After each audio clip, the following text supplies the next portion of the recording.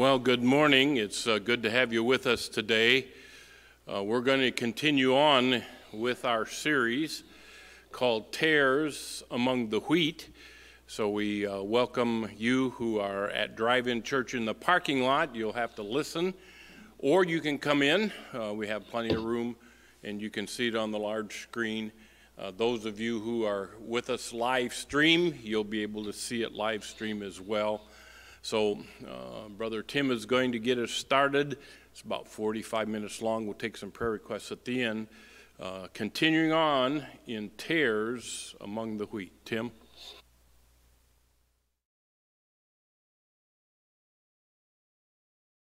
Ground in the ancient city. Charles Spurgeon, known to millions as the Prince of Preachers, documented the manner of torture that had been reported once the papal dungeons were revealed. From Spurgeon's publication, The Sword and the Trowel, we read that they invented ovens or furnaces, which, being made red hot, they lowered the condemned into them, bound hand and foot, and immediately closed over them the mouth of the furnace. This barbarous punishment was substituted for the burning pile, and in 1849 these furnaces at Rome were laid open to the public view in the dungeons of the Holy Roman Inquisition, near the great church of the Vatican, still containing the calcined bones. What's disturbing is that these things were revealed in 1849, just 6 years after Tischendorf visited the Pope. And it was only revealed because the great general Garibaldi and his revolutionaries captured Rome that year and opened the papal dungeons. But then you have a quote from W.C. Brownlee that was published in 1843, the same year Tischendorf was at the Vatican.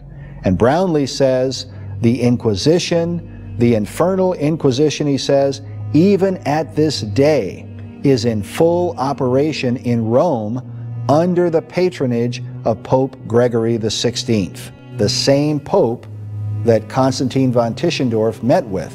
So while Tischendorf was in Rome, with his cardinal writing him poetry to praise him and so on, there were people, some of them quite probably Christians, who were still being tortured for heresy in the underground Inquisition nearby.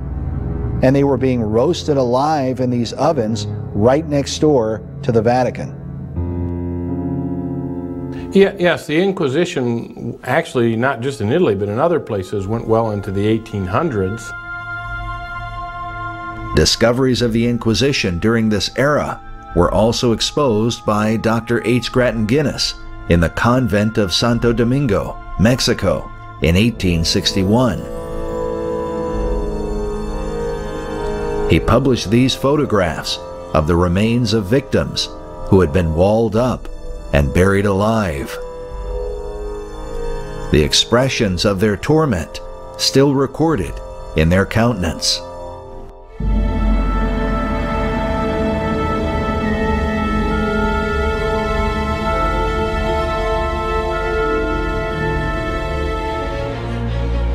Charles Spurgeon wrote that the Inquisition was the masterpiece of infernal craft and malice. There is a deep and indelible sentence of damnation written upon the apostate church for its more than infernal cruelties, and the curse is registered in heaven. Nor can any pretenses to present liberality reverse the condemnation. Its infamy is engraven in the rock forever. Rome did many, many, many evil and hateful things. Yet somehow, during this era, the Protestant Tischendorf was not only accepted by Rome, but received special treatment from the Vatican and her priests. Tischendorf's cooperation with the Vatican was a dramatic departure from the resistance maintained by other Protestant ministers of that era. Grattan Guinness called Rome the masterpiece of Satan and maintained that she had never repented of her crimes. In 1873, Charles Spurgeon wrote that the superstition of Rome is the worst of all the evils which have befallen our race. May the Lord arise and sweep it down to the hell from whence it arose. Spurgeon was so convicted against the papacy that he once declared, "Popery is abhorred of the Lord, and they who help it wear the mark of the beast."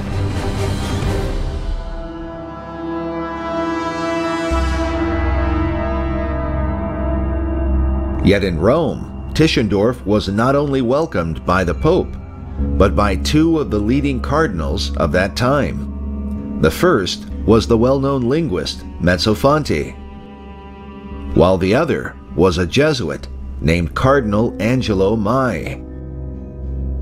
During the 19th century, Mai was the cardinal librarian for the Vatican Library and was credited with recovering many ancient manuscripts that pertain to church history.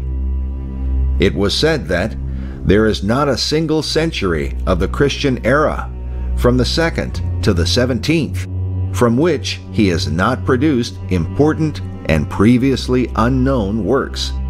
He had transcribed all with his own hand, entirely by himself. This quote about the Jesuit Cardinal Mai is very interesting because it shows us the nature of the times. And so you've got Cardinal Mai there, who very much like Tischendorf. Tischendorf is out journeying, trying to gather all of these ancient manuscripts. At the same time, Cardinal Mai is going through old Vatican records, and he's producing all of these works that nobody had ever seen before that have to do with the history of the church. Now, what's disturbing about this is that the collective efforts of both Cardinal Mai and Tischendorf would end up dramatically changing the academic world's view of the Bible from that time forward. During the same time that Tischendorf was discovering the first manuscript that would change everyone's perception about the Greek text, Cardinal Mai was in Rome working on the other manuscript that would accomplish the same thing, and that was the Vatican's version of the Bible, a Codex Vaticanus, which today is considered supreme over all of the other Greek biblical manuscripts anywhere in the world. What we have here is the Vatican manuscript, also called Codex B, but I have it opened to a very important section. And you can see the Vatican seal here. This is an exact facsimile. But before Vaticanus would emerge to dominate the world of biblical scholarship, the travels of Constantine von Tischendorf would yield the fruit of his great ambition. In his memoirs he wrote, "It was in April 1844 that I embarked at Leghorn for Egypt. The desire which I felt to discover some precious remains of any manuscripts, more especially biblical, of a date which would carry us back to the early times of Christianity, was realized beyond my expectations. It was at the foot of Mount Sinai, in the convent of St. Catherine, that I discovered the pearl of all my researches."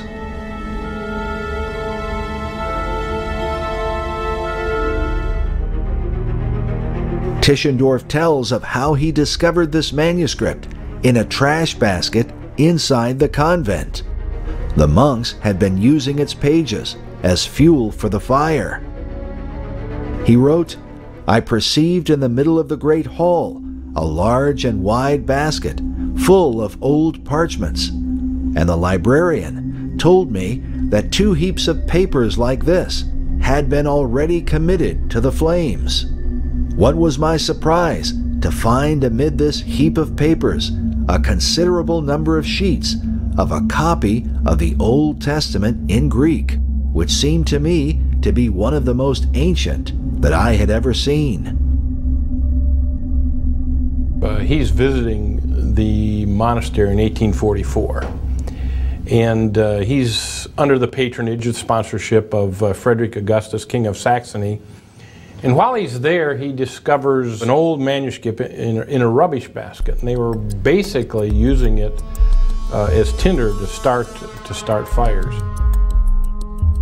According to his own testimony, once he recognized the manuscript for its ancient value, Tischendorf responded quickly and was able to rescue many of the pages from being burned.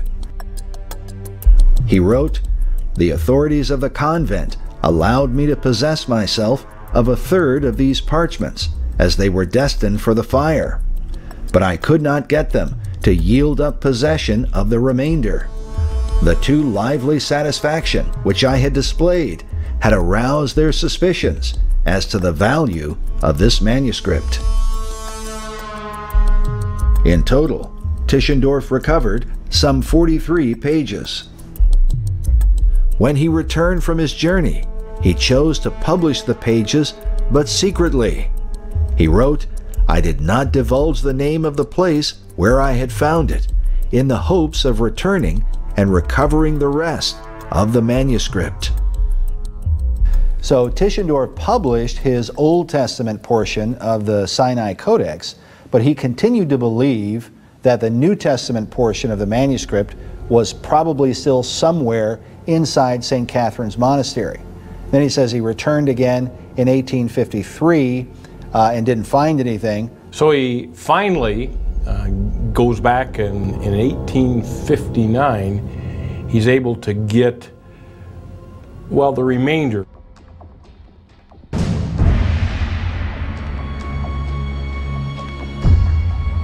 It was during Tischendorf's third journey to St. Catherine's Monastery in 1859 that he made his most famous discovery.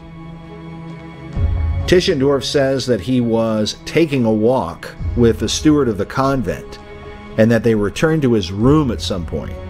Well, they were talking about the Septuagint, and he says, "I too have read a Septuagint," meaning a Greek version of the Old Testament. So then he pulls out this bulky manuscript that was supposedly wrapped in red cloth, and he shows it to Tischendorf. Tischendorf wrote, "I unrolled the cover and discovered to my great surprise not only those very fragments which, 15 years before, I had taken out of the basket, but also other parts of the Old Testament and the New Testament complete. I knew that I held in my hand the most precious biblical treasure in existence, a document whose age and importance exceeded that of all the manuscripts which I had ever examined during 20 years of study on the subject."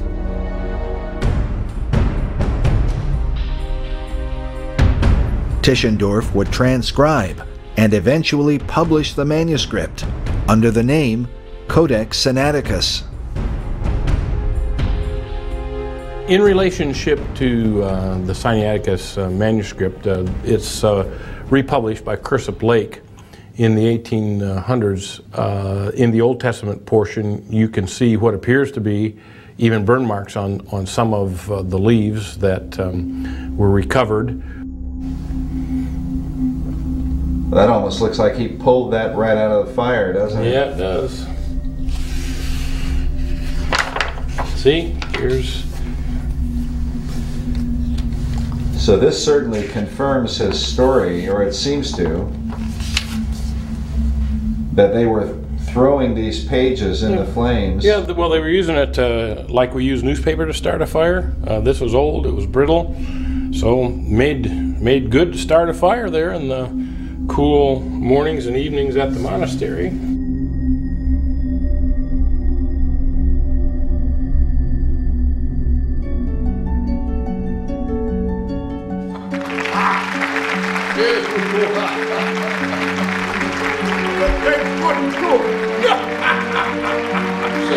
I'm very thankful and grateful for this wonderful privilege.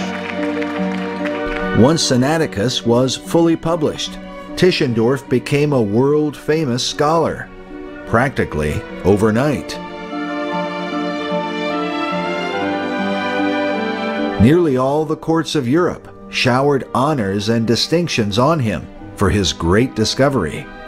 So much so, said his son-in-law, that they could not all fit on one man's chest.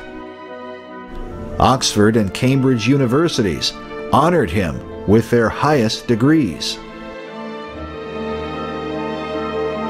In the midst of all this, a copy of Sinaiticus was sent to the Pope, who wrote Tischendorf an autograph letter congratulating him.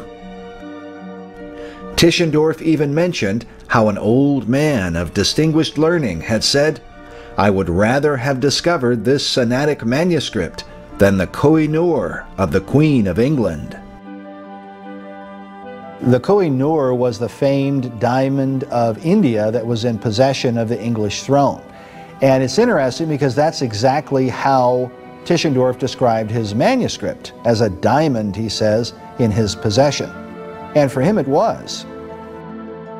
Because of the Codex Sinaiticus, Constantine von Tischendorf would go on to become one of the most famous men of the academic world, and perhaps the most celebrated paleographer of all time.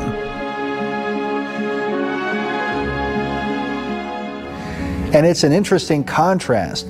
On the one hand, you've got the reformers who are being persecuted and killed by the Church of Rome because of their faith in the Word of God, while on the other hand, you've got Tischendorf, who's being lauded by the Pope and celebrated like a prince upon the earth for his discovery.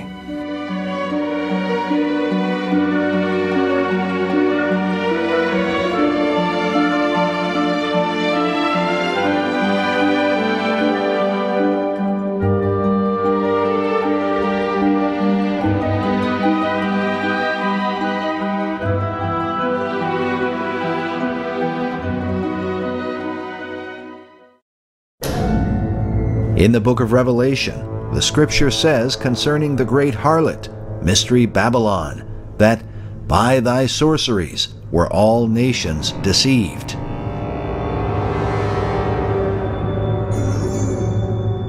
As part of their Counter-Reformation, the Jesuits created many fraudulent and forged documents. When they could not persuade others by ordinary means, they would literally create historic evidence to support their claims. Sometimes they dug up old bones, pretending that they belonged to some saint. And sometimes they created fake documents. 19th century British historian Thomas Carlyle said that Jesuitism has poisoned the wellsprings of truth in the whole world. Yet long before the Jesuit order was formed, Rome herself had an ancient practice of fraud and deception. What was the purpose of creating all these forgeries? Well, I think it was the enabling the Pope, the papal claims to having absolute power. Anything that could buttress those claims, and that's why they came in. Perhaps the most famous forgery in Rome's long history was the Donation of Constantine, a document alleging that the Emperor Constantine the Great gave all the lands of the Western Roman Empire to the Pope as the vicar of the Son of God.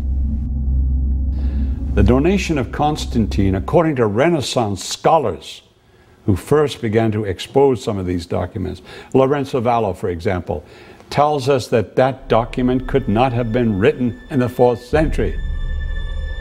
Today, it is agreed by Catholic and Protestant scholars alike that the donation was a forgery, most likely created between the 8th and 9th century AD.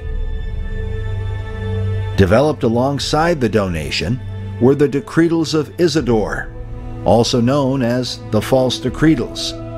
This elaborate forgery involved a series of letters from early figures in church history, from Clement in the 1st century to Gregory the Great in the 6th and 7th century. The letters filled more than 700 pages and were cleverly interwoven with real historic documents to give them credibility. The diabolical genius of the false decretals is that it was truth mixed with lies, and it was very elaborately done. If you go into the 11th century, when you have Gratian and his compilation of the canons, you'll discover that in support of papal power, out of something like 330 quotations, 313 of those sources of authority come from those false, distorted documents. The Jesuits held them back, but they finally came to view that many of these documents were forgeries, and they were forged specifically to give Rome power, and so that they would be looked upon as the true church and as the seat of the papacy, and that this was what the church had written about and what the church supported, when in fact they were all forged. The Decretals of Isidore became the cornerstone of canon law during the Middle Ages.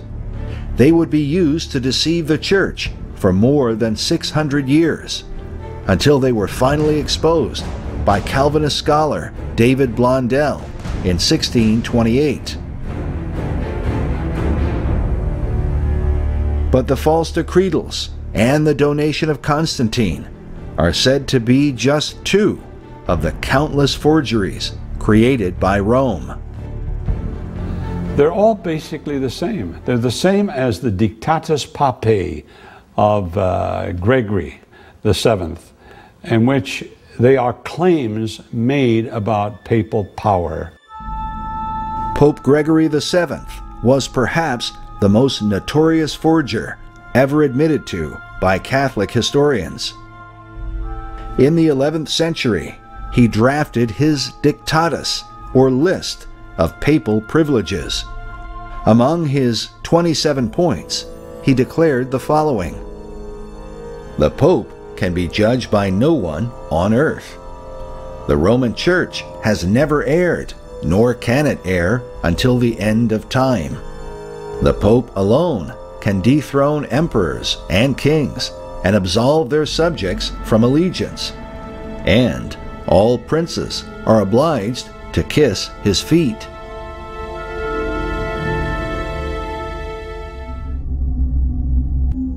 To support these ideas, Gregory relied upon the forged documents of the past, but chose to go even farther and create his own history for the Church and the world.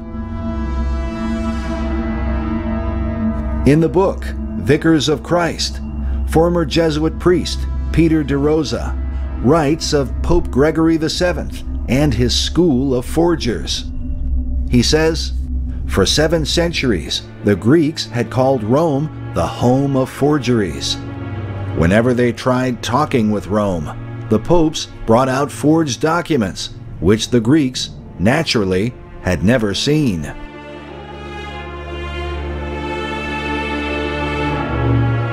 De Rosa says Gregory went way beyond the donation of Constantine. He had a whole school of forgers under his very nose, turning out document after document with the papal seal of approval to cater for his every need.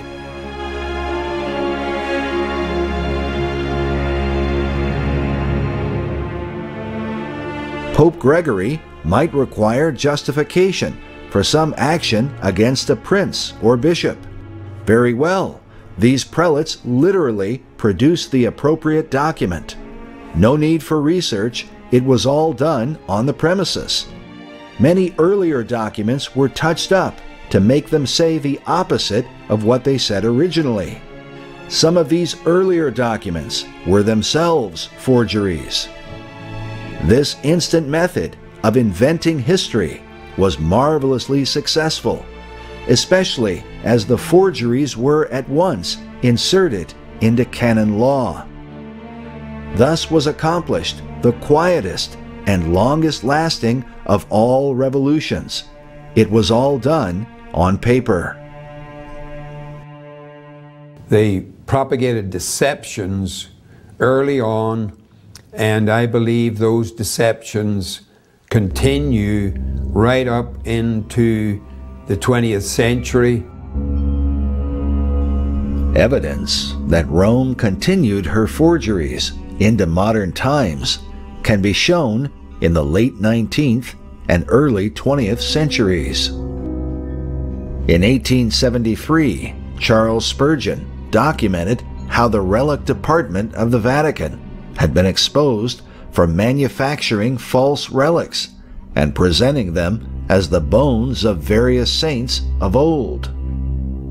We read that, so far back as 1828, this trade was going on, with pieces of bones of sheep and hares, or of human bones, taken from the catacombs, but such as were probably those of pagans, certainly not of saints and martyrs, whose names they affixed to them. Spurgeon went on to say that the Jesuits play a prominent part in these transactions, as they do in most Catholic affairs.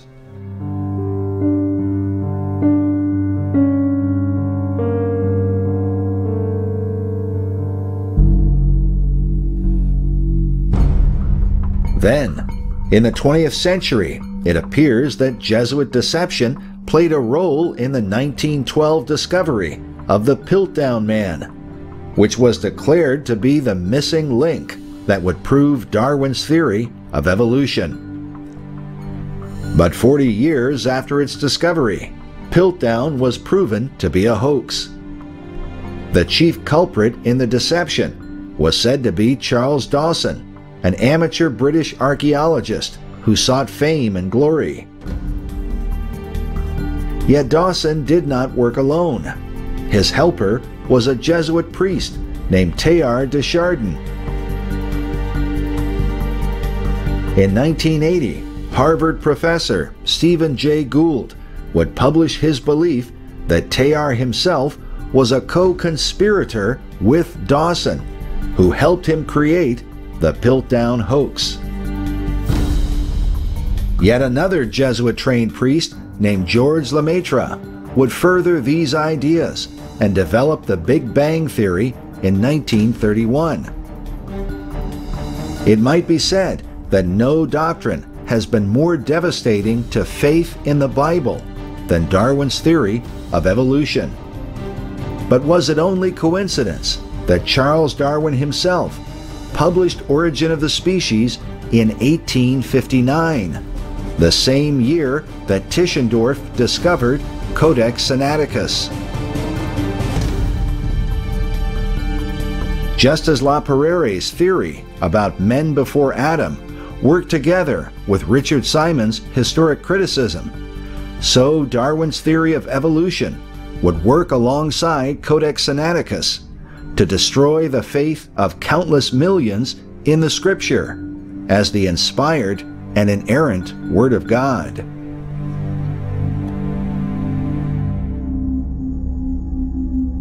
It's important to consider that from the period of 1828 to 1912, it can be shown that the Vatican and her Jesuit priests were involved in fakery and forgery. This is significant because this time frame includes the same period that Tischendorf was working with Rome.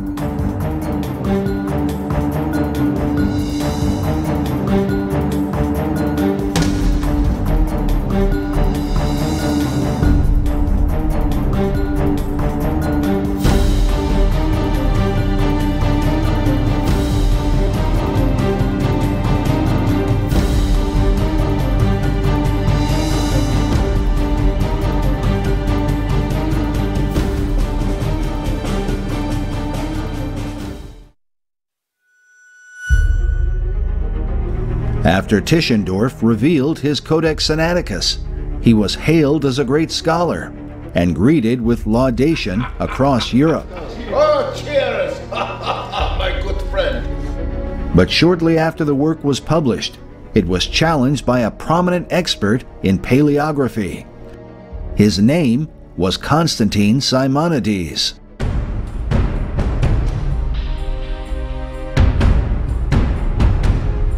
Constantine Simonides is undoubtedly the forgotten link in the history of Codex Sinaiticus, and it's because he waged an open and a public debate against Tischendorf for about 4 years, arguing that Codex Sinaiticus was not an ancient manuscript. And the more you study Simonides, you realize that he was a very important figure at that time. Alexander von Humboldt declared that Simonides was an enigma. Others believed his understanding of ancient languages to be ingenious. A 19th century publication said of him, "Dr. Simonides is a Greek by birth, and he speaks and writes the classic language of his forefathers with fluency, purity, and elegance." From his uncle, Simonides thoroughly acquired the art of paleography and became so great a proficient therein that few surpass him either in the practice of it or in the diagnosis of manuscripts. Simonides had quite a reputation in the 19th century. On the one hand, he was a respected paleographer, but on the other hand, he had kind of a cloak and dagger history and was looked upon as sort of a Greek Indiana Jones, involved not only with ancient manuscripts, but also fighting battles as a Greek patriot against the Ottoman Turkish Empire, which is an important part of understanding who he was.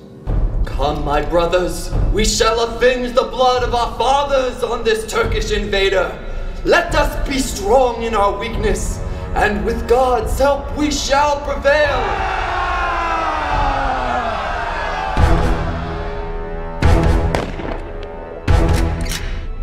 One of the newspapers of the time reported that the escapades of Mr. Simonides extend over nearly 20 years. In Alexandria, he contrived to quarrel with some Arabs, pistoled 2 of them, received some ugly wounds on the head and face from a third. In Macedonia, his native country, he succeeded in getting up a little insurrection among his countrymen, who joined him in the leadership of the patriot bands. He fell on a detachment of Turkish soldiers, drove them into a river, and destroyed some 150 of them. These are the kinds of stories recorded about Simonides as a Greek patriot, who was still fighting against the Turks in a conflict that dated all the way back to the fall of Constantinople in 1453. When the Turks invaded the ancient capital of the Greek Orthodox Empire. In the 19th century, the Greeks remembered Constantinople as if it had just happened the day before. Constantinople will be ours again! Simonides was apparently involved in continued battles with the Turks and controversies against the Latinizers, or Roman Catholics as he called them, because both the Turks and the Catholic Church had fought against the Greek Orthodox kingdom. And so for Simonides, the Turks and the Catholics were both ancient enemies. And this conflict with Rome in particular would have everything to do with his controversy against Tischendorf. And then as a scholar, Simonides was equally in the thick of debates about ancient manuscripts. He had presented his work before kings, nobles, foreign ministers, diplomats. He'd sold a number of manuscripts to the British Museum and other prominent institutions in Europe. So he was involved in the highest levels of the academic world at that time. Simonides owned a collection of more than 5,000 ancient manuscripts that he had partly inherited from his uncle. As he traveled across Europe, he presented these works at libraries and universities. Their content often sparked intense debate. Simonides' debates usually centered around the understanding of ancient languages, and he generally believed that his own knowledge was superior to those around him, although he did not have a reputation for arrogance. While he was in Germany, he got into a vicious conflict with the scholars at the University of Leipzig, and it was there in 1855 that he made enemies with von Tischendorf. So now, years later, when he comes forward and questions Codex Sinaiticus, he does so as Tischendorf's old nemesis. Simonides claimed that Codex Sinaiticus was no ancient manuscript at all, but a modern work created by himself and two other Greeks in 1840.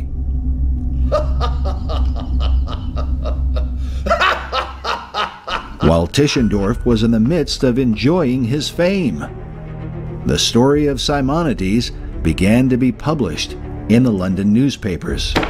Simonides! Needless to say, Tischendorf was furious. Schweinhund! Idiot! What followed would be a public debate that would continue in a variety of London newspapers for the next 2 years.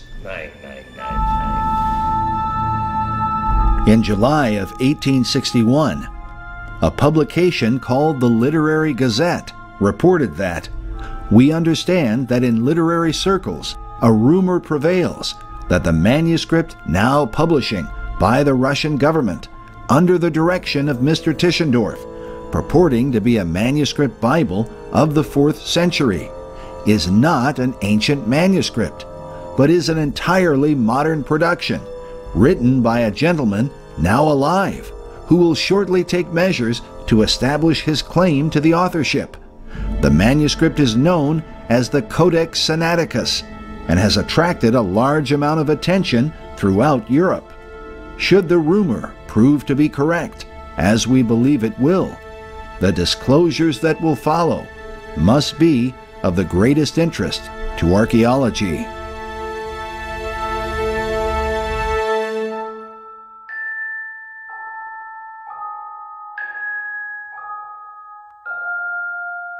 In his letters, Simonides says that the controversy began over Codex Sinaiticus when he first saw the manuscript in Liverpool in 1860, and then it was the following year that the newspapers got hold of the story.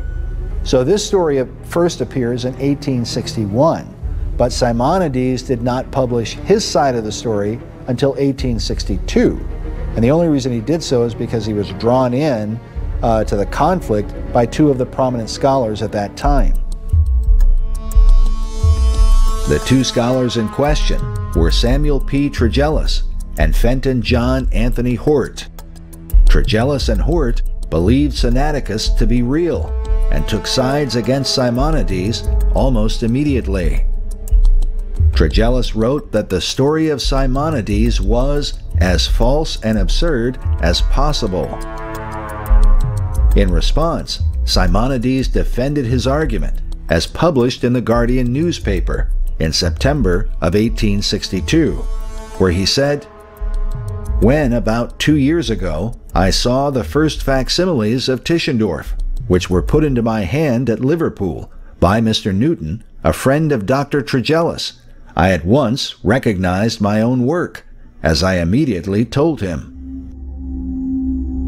In the book Codex Sinaiticus and the Simonides Affair, author J.K. Elliott confirms that Simonides spoke of his authorship to a man named J.E. Hodgkin in 1860, and in a letter to Sir Thomas Phillips on August 2, 1861. Simonides claimed that the manuscript had not been created with any intention to deceive, but was intended by himself and his uncle as a gift to Tsar Nicholas I of Russia. To prove his claims, Simonides challenged Tischendorf to a public debate. Yet Tischendorf refused to take part. About this, Simonides wrote, "The real test of the genuineness of the Codex Sinaiticus is neglected. The public were assured that in May, Tischendorf was to be in London, armed with a portion at least of his great codex. I have waited in England, hoping to have the opportunity of meeting him face to face to prove him in error. But May has come and gone, and the discoverer has not appeared. Let the favorers of the antiquity of the manuscript persuade him to come at once and brave the ordeal, or else forever hold his peace. Yet despite the evasiveness of Tischendorf, most of the newspapers in England defended him and denounced Simonides as a fraud. The attacks were almost fanatical and often unreasonable. Could Tischendorf's relationship with Rome have had something to do with it?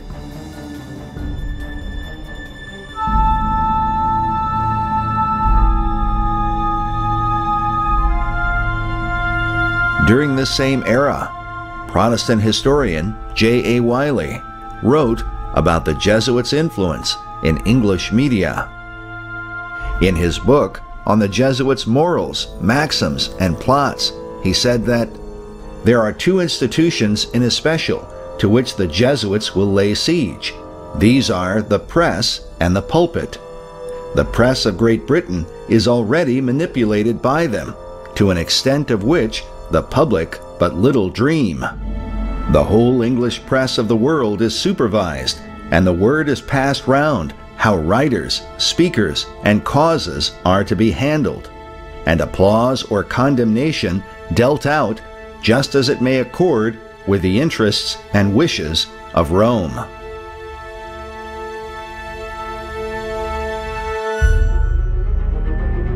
Yet Simonides was not without his supporters.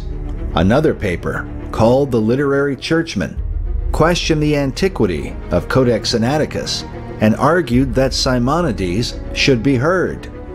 They said, "For ourselves, we must profess entire impartiality. Though we were quite ready, from the first, to admit the importance of the discovery of Tischendorf, we are not prepared at this moment to say with Dr. Tregelles that the statements of Simonides are as false and absurd as possible. Tischendorf applies these terms, false and absurd, just now to Tregelles himself." The reason Tischendorf attacked Tregelles was because he disagreed with him about the writing of Codex Sinaiticus. Tregelles said, "On one point, I believe that I differ materially from Tischendorf as to the writing of the manuscript. He thinks that he sees traces of various hands having been employed in such a way that a change of writer must have frequently taken place. I believe that the difference is to be attributed to the scribe having more or less ink in his style, the ink being more or less thick and the surface of the vellum slightly varying." In other words, the scribe dips his stylus into an inkwell, and when he first begins to write, there's a lot of ink on it. But sooner or later, the ink runs thin. In places where the ink ran thin, Tischendorf believed that this signified a change of writers, and hence the passage of time. Tregelles, on the other hand, believed that it was the same scribe, it's just that he sometimes ran low on ink. That was the difference. But when you factor in that Tischendorf spreads his scribes and correctors from the 4th century all the way to the 7th century, a span of some 300 years, you're left wondering just how precise the scientific methods were that they employed. Also consider that similar contentions are made about ancient bones that are dug up out of the ground, where the scientists tell us that these are millions of years old and so forth. Do they really have the ability to date bones that way? And did Tischendorf really have the ability to date ancient manuscripts? After the initial attacks against him began, Simonides asserted that these scholars in reality knew little or nothing about ancient manuscripts. In response to one of his critics, he wrote, "Neither you nor Tischendorf possess the true knowledge of paleographical science.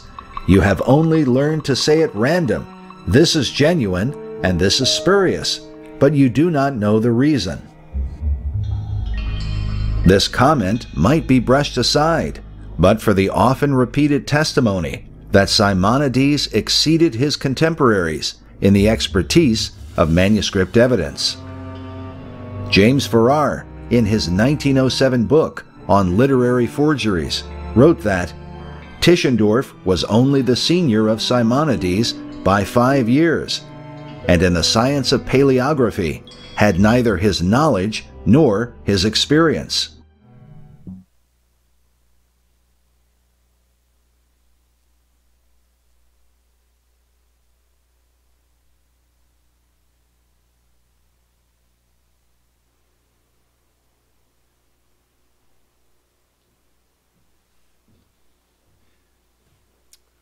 I think it's important for you to listen to what's being said, because all the modern versions of the Bible are using two manuscripts, Sinaiticus, which is a forgery, and Vaticanus, which is a much later manuscript.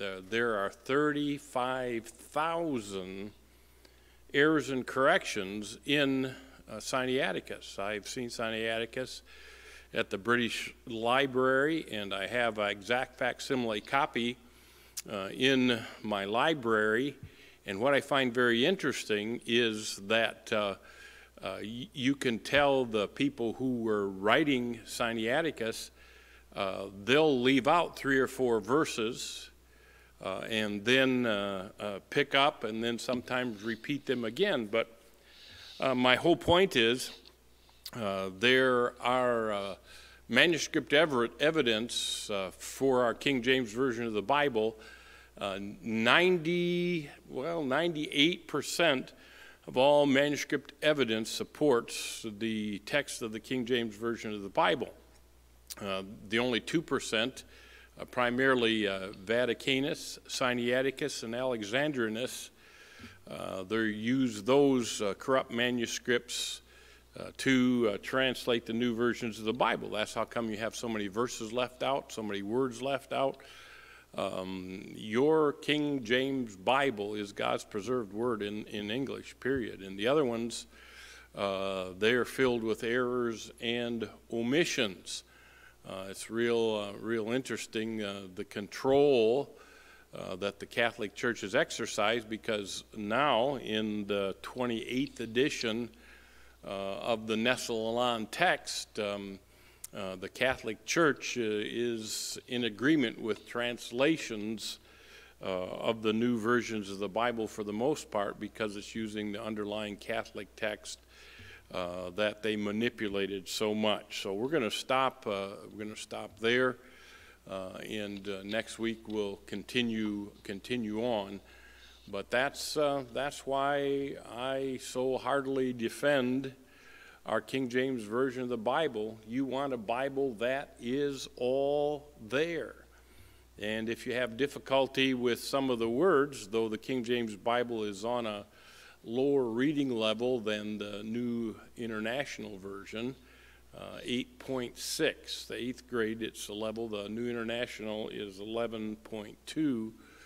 For the reading level on it. But nonetheless, what I'm saying is that you stick with the King James Version of the Bible. That's why I defend it. That's why Dr. Stringer and I started the King James Bible Research Council. That's why I involved myself with this series of films, to be able to expose the truth in relationship to the Bible. Now, it's like rooting in the pig pen for revenue. They are in the process of publishing, and may have published it already, a gender-neutral Bible. That's not a Bible at all. And yet people are so confused in relationship to the Bible today. Well, at any rate, we'll pick up here next week. A couple of prayer requests for you. It's good to see